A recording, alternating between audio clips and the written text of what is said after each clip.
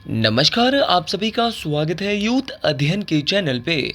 साथियों, एक बार फिर से मैं आप सभी के बीच एसपीटेट जून 2026 के लिए जीके का पार्ट 60 लेके आ चुका हूँ।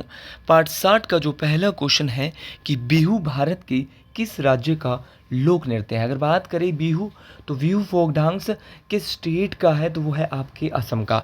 तो बिहू जो है वो प्रसिद्ध लोक नृत्य असम का है। ये क्वेश्चन कई बार आपकी परीक्षाओं में पूछा गया है।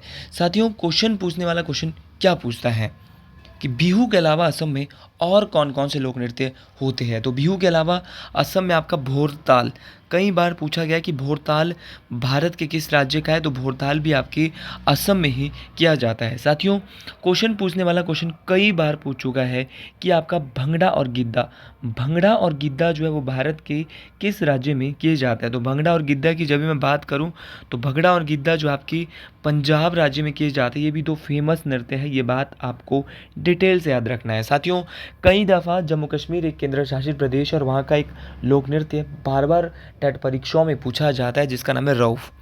तो रऊफ जो है वो भारत के किस यूटी या किस राज्य का लोक नृत्य है। तो रऊफ जो है आपका जम्मू कश्मीर का लोक नृत्य है।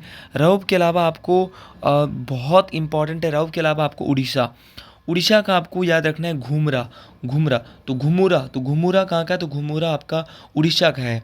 उसी प्रकार आपका भरतनाट्यम, कई बार पूछा गया भरतनाट्यम मेरे दोस्त। अगर बात करें भरतनाट्यम की, तो भरतनाट्यम जो है वो तमिलनाडु में किया जाता है। साथियों, अगर आप भी एसपीटेट जून 2026 में अपना एसपीटेट क्वालिफाई करना चाहते हो, हमसे हैंड रिटन नोट्स परचेज करना चाहते हो किसी भी स्ट्रीम के, तो 7876145409, बहुत कम प्राइस में आपको वो हैंड रिटन नोट्स मिलने वाले हैं, जिससे हज़ारों बच्चे अपने परीक्षा को क्वालिफाई कर चुके हैं। तो आप इस नंबर पे 7876145409 में कांटेक्ट करके हमसे हैंड रिटन नोट्स को परचेज कर सकते हैं। साथियों, बात करें, कई बार परीक्षाओं में पूछा गया है कि नौटंकी भारत के किस राज्य का लोक नृत्य है। तो अगर बात करें नौटंकी की, तो नौटंकी हो गया आपका रास लीला हो गया। तो नौटंकी है आपका रासलीला है। ये कहाँ किया जाता है, आपका उत्तराखंड में, सॉरी आपका कहाँ पे, उत्तर प्रदेश में किया जाता है। तो नौटंकी है, रासलीला है, ये आपका उत्तर प्रदेश में किया जाता है। साथियों, कई बार परीक्षाओं में कई बार पूछा गया है कि तमाशा यहाँ पे भारत के किस राज्य का लोक नृत्य है। तो तमाशा की बात करें, आपकी लावणी की बात करें, तो तमाशा और लावणी जो है वो महाराष्ट्र में किया जाता है। उसी प्रकार आपका कथकली, कथकली और मोहिनी अट्टम, कथकली और मोहिनी अट्टम आपके केरल के फेमस डांसीज हैं, आपको याद रखना है कथकली और मोहिनी अट्टम, बहुत बहुत इंपॉर्टेंट है। साथियों, कई बार परीक्षाओं में पूछा जाता है आपका क्या, दुर्गा पूजा। तो दुर्गा पूजा अगर कहीं की फेमस है, तो वो आपकी पश्चिम बंगाल की है। ये बात आपको बेहतरीन तरीके से याद रखना है। एक बार क्वेश्चन पूछने वाले ने क्वेश्चन पूछ लिया था कि घूमर भारत के किस राज्य का, तो घूमर आपकी राजस्थान का है। घूमर आपको ज़रूर याद रखना है, घूमर आपकी कई बार परीक्षाओं में पूछा गया है।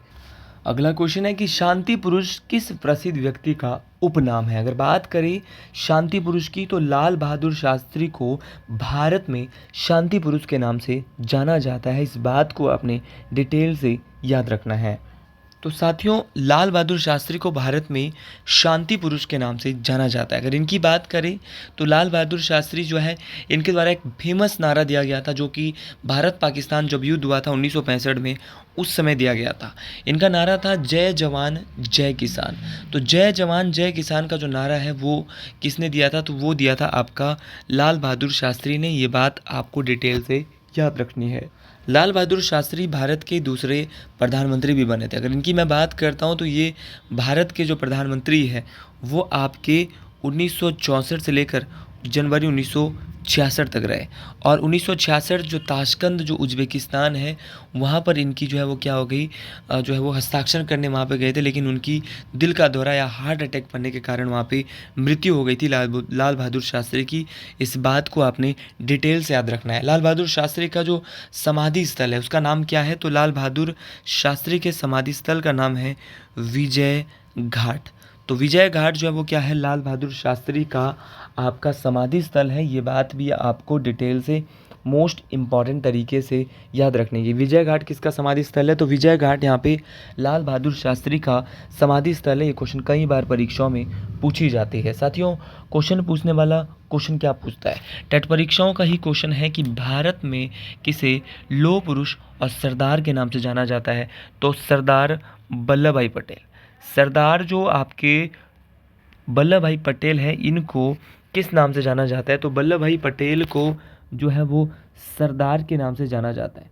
साथियों, कई बार क्वेश्चन पूछने वाला क्वेश्चन ये भी पूछता है कि विद्रोही कवि के नाम से किसे जाना जाता है? तो विद्रोही कवि के नाम से जो जाना जाता है वो काजी नजरुल इस्लाम। किसको जाना जाता है? काजी नजरुल इस्लाम। तो काजी नजरुल जो इस्लाम है, इन्हीं को विद्रोही कवि के नाम से जाना जाता है। ये बात आपको डिटेल से याद रखनी है। साथियों, कई बार टेट परीक्षाओं का ही क्वेश्चन है और सीधा क्वेश्चन आता है कि भारत में किसे लोक नायक के नाम से जाना जाता है? तो जयप्रकाश नारायण। किसको मेरे साथी? जयप्रकाश नारायण जो है, इनको लोक नायक के नाम से जाना जाता है। साथियों, कई बार क्वेश्चन पूछने वाला क्वेश्चन पूछता है कि देशबंधु के नाम से भारत में किसे जाना जाता है? तो देशबंधु अगर किसी का उपनाम है, प्रसिद्ध उपनाम जो देशबंधु है वो है चित्तरंजन दास। क्या है आपका? चित्तरंजन दास। तो चित्तरंजन दास, वो देशबंधु के नाम से चित्तरंजन दास को जाना जाता है। उसी प्रकार आपका कई बार क्वेश्चन पूछने वाला क्वेश्चन पूछता है आपका, बहुत बहुत इम्पॉर्टेंट है, हॉकी के जादूगर। तो हॉकी के जो जादूगर है वो ध्यानचंद। तो ध्यानचंद को हॉकी के जादूगर के नाम से जाना जाता है। कई बार ये क्वेश्चन पूछने वाला क्वेश्चन पूछता है, क्या क्वेश्चन पूछता है भाई? क्वेश्चन पूछता है कि महामना के नाम से किसे जाना जाता है? तो महामना के नाम से मदन मोहन मालवीय। तो मदन मोहन मालवीय के नाम से किसे जाना जाता है? तो मदन मोहन मालवीय के नाम से आपके किसको जाना जाता है? तो मदन मोहन मालवीय जो है, मदन मोहन मालवीय को जो है वो महामना के नाम से हमारे देश में जाना जाता है। ये बात आपको डिटेल से मोस्ट इम्पॉर्टेंट तरीके से याद रखनी है। साथियों, एक बार क्वेश्चन पूछा गया था, क्या क्वेश्चन था? क्वेश्चन बहुत बहुत इम्पॉर्टेंट था कि किस व्यक्ति को आपका लाख बख्श कहा जाता? तो कुतुबुद्दीन ऐबक। भाई, गुलाम वंश के संस्थापक कुतुबुद्दीन ऐबक को लाख बख्श के नाम से जाना जाता है। और अगर बात करें भारत में, भारत का जो मैकियावेली है वो चाणक्य को जाना जाता है। चाणक्य के बहुत सारे नाम हैं। चाणक्य को भारत का मैकियावेली कहते हैं, चाणक्य को ही भारत का कौटिल्य, चाणक्य को ही भारत का विष्णुगुप्त। तो ये सभी नाम चाणक्य के हैं। ये बात आपको डिटेल से मोस्ट इम्पॉर्टेंट तरीके से याद रखनी है। चलिए जी, अगले क्वेश्चन की ओर बढ़ते हैं। अगला क्वेश्चन है कि हिमाचल में सर्व शिक्षा अभियान कब प्रारंभ किया गया था? अगर बात करें सर्व शिक्षा अभियान की, तो इसे हिमाचल में इसको SSA भी कहते हैं। साथियों, जो SSA है, सर्व शिक्षा अभियान जो है वो हिमाचल प्रदेश में 2001 में यहाँ पे प्रारंभ किया गया है। ये बात आपको डिटेल से याद रखनी है। देखिए, प्राथमिक शिक्षा का जो सार्वभौमिकरण करना है, ये इसका उद्देश्य था। और प्रारंभ में जो है इसको किस सरकार के द्वारा सर्व शिक्षा अभियान को हिमाचल के अंदर लाया गया था? तो ये अटल बिहारी वाजपेयी की जो सरकार थी, उस सरकार के द्वारा इसको शुरू किया गया था, सर्व शिक्षा अभियान को। और राज्य में इस अभियान को केंद्र के साथ मिलकर उसी वर्ष सफलतापूर्वक, मतलब कि जब केंद्र में लाया उसी समय इसको राज्य में भी लागू कर दिया गया सर्व शिक्षा अभियान को। ये बात आपको डिटेल से याद रखनी है। अगला क्वेश्चन है कि भाई दो ना पाई दो किस आंदोलन के दौरान प्रसिद्ध हुआ है? देखिए, भाई दो ना पाई दो, ये नारा जो है वो किस आंदोलन का है? आपको कमेंट बॉक्स में तमाम सभी साथियों को बताना है। यहाँ से क्वेश्चन बन सकता है और ये क्वेश्चन मैं दूसरे बार अपनी वीडियोस में बता रहा हूँ, इसीलिए मैंने आपको टास्क दिया है कि आप मेरे को ये कमेंट बॉक्स में बताएं। अब मैं धीरे धीरे जैसे जैसे पेपर नज़दीक आ रहा है वैसे वैसे आपको भी टास्क देने वाला हूँ और आपको भी ये टास्क पूरे करने होंगे तमाम साथियों को, तभी आपको भी बेहतरीन तरीके से मेरे दोस्त ये बात पता चलने वाली है। साथियों, क्वेश्चन पूछने वाला क्वेश्चन पूछेगा कि सविनय अवज्ञा आंदोलन की शुरुआत कब हुई?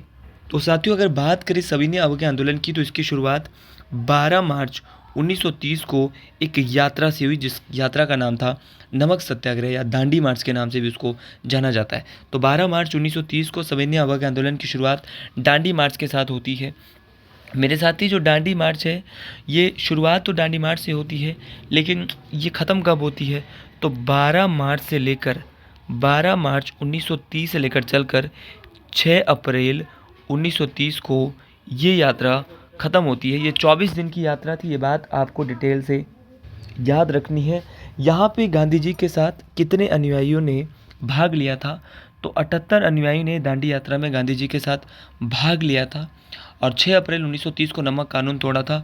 कितने मील की यात्रा थी? दो दो 240 मील की जो ये गांधी जी ने जो ये सविनय अवज्ञा आंदोलन जो दांडी यात्रा की थी, ये 240 मील की थी।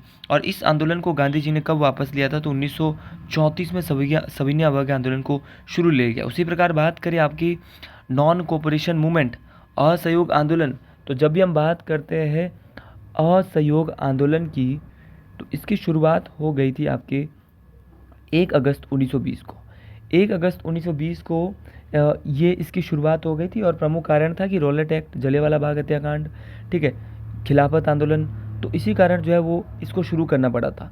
मेरे साथी आपको ये बात भी डिटेल से याद रखना है कि असहयोग आंदोलन बहुत बेहतरीन तरीके से चल रहा था, लेकिन बाद में इसको वापस लेना पड़ा।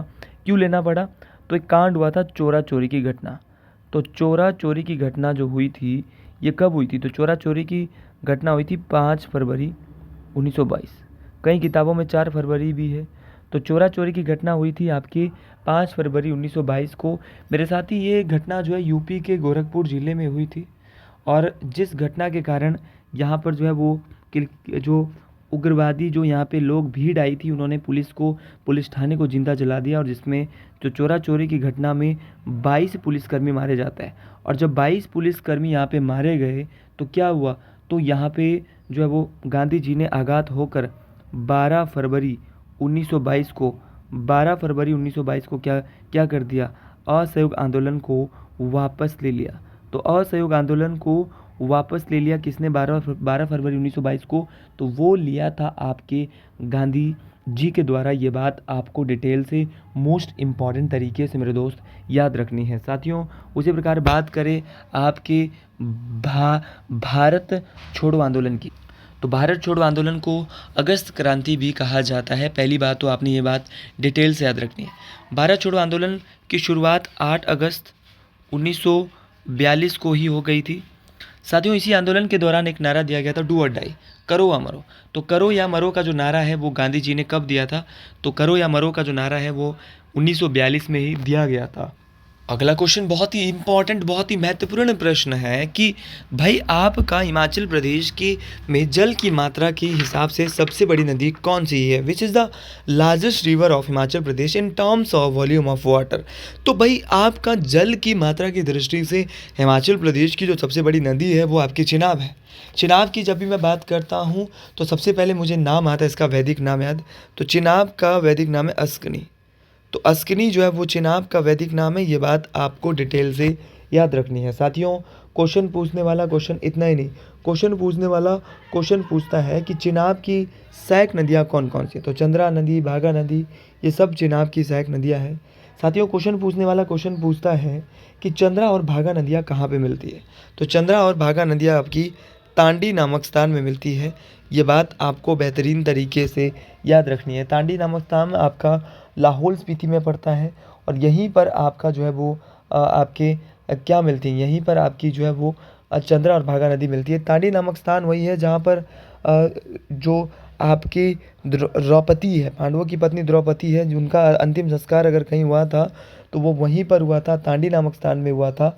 ये बात भी आपको डिटेल से याद रखनी है। चिनाब नदी की अगर मैं बात करूँ तो हिमाचल प्रदेश में चिनाब नदी की कुल मेरे दोस्त 122 किलोमीटर कुल लंबाई है। ये बात बहुत बहुत इम्पॉर्टेंट है। ये बात परीक्षाओं में बार बार पूछी जाती है। साथियों, चिनाब की जब भी मैं बात करता हूँ तो जो तांडी शहर है वो किस नदी के पास है? तो तांडी नामक जगह आपके चिनाब नदी के पास है, क्योंकि यहीं पर चिनाब नदी बनती है। ये बात भी आपको डिटेल से, ये बात भी आपको महादेव की कृपा से बेहतरीन तरीके से याद रखनी है। चलिए जी, अगले क्वेश्चन की ओर बहुत ही बेहतरीन तरीके से आगे बढ़ते हैं।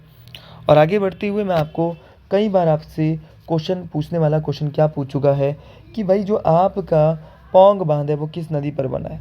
तो पौंग बांध आपका ब्यास नदी पर 1975 के आसपास बना है। ये बात आपको बेहतरीन तरीके से याद रखनी है। साथियों, एक बार क्वेश्चन पूछने वाले ने क्वेश्चन क्या पूछ लिया था कि उहल नदी किसकी सहायक नदी है? तो उहल जो है वो किसकी सहायक है?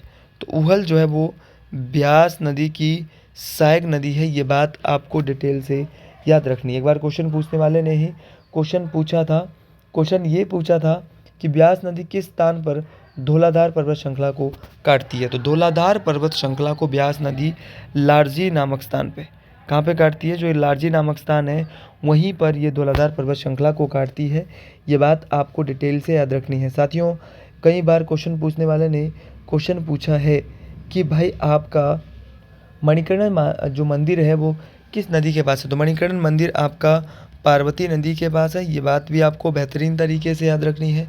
कई बार क्वेश्चन पूछने वाले ने क्वेश्चन पूछा है कि आपका रामपुर, बिलासपुर और भाखड़ा, ये तीनों जगह, रामपुर, बिलासपुर और भाखड़ा जो है वो तीनों की तीनों जगह किस नदी के पास है।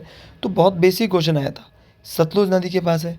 एक बार टेट परीक्षा में ही सीधा क्वेश्चन पूछ लिया था कि आपका खारा का खाला, खारा का खाला किसकी सहायक खड्ड है। ये असिस्टेंट प्रोफेसर एग्ज़ाम में क्वेश्चन आया था कि खारा का जो खाला है वो किसकी सहायक खड्ड है। तो वो आपकी बाटा नदी।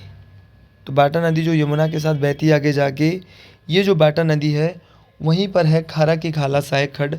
ये बात आपको बेहतरीन तरीके से याद रखना है। कई बार क्वेश्चन पूछा गया है कि सतलुज नदी के साथ बसपा नदी इसकी सहायक, तो लेकिन कहाँ में मिलती है। तो करछम,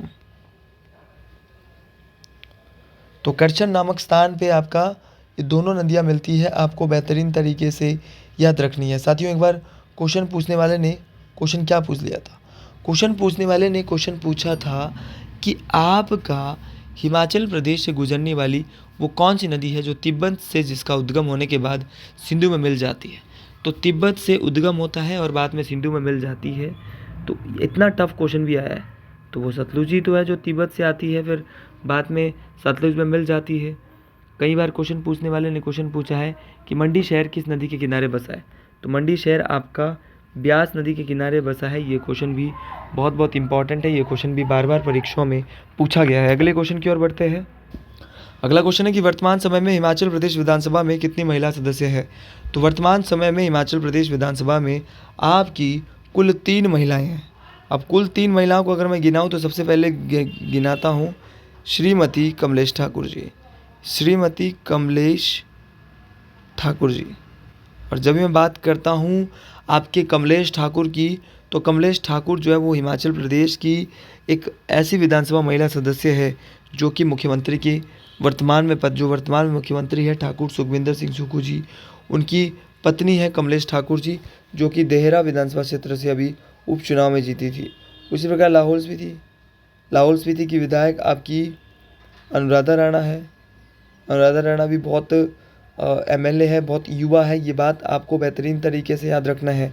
साथ ही उसी प्रकार आपका पच्छाद सिरमौर में पड़ता है और पच्छाद की विधायिका है रीना कश्यप। ये बात भी आपको बेहतरीन तरीके से डिटेल से याद रखनी है। साथियों, सारे क्वेश्चन बहुत इंपॉर्टेंट है, परीक्षाओं में काम आने वाले हैं। तो साथियों, आज के लिए इतना ही। अगर आपको भी मेरी वीडियो पसंद आई हो, लेकिन उससे पहले आपको ये भी पता होना चाहिए कि हिमाचल प्रदेश में कुल विधानसभा की सीटें कितनी है। तो कुल 68 विधानसभा की सीटें हैं हिमाचल प्रदेश में।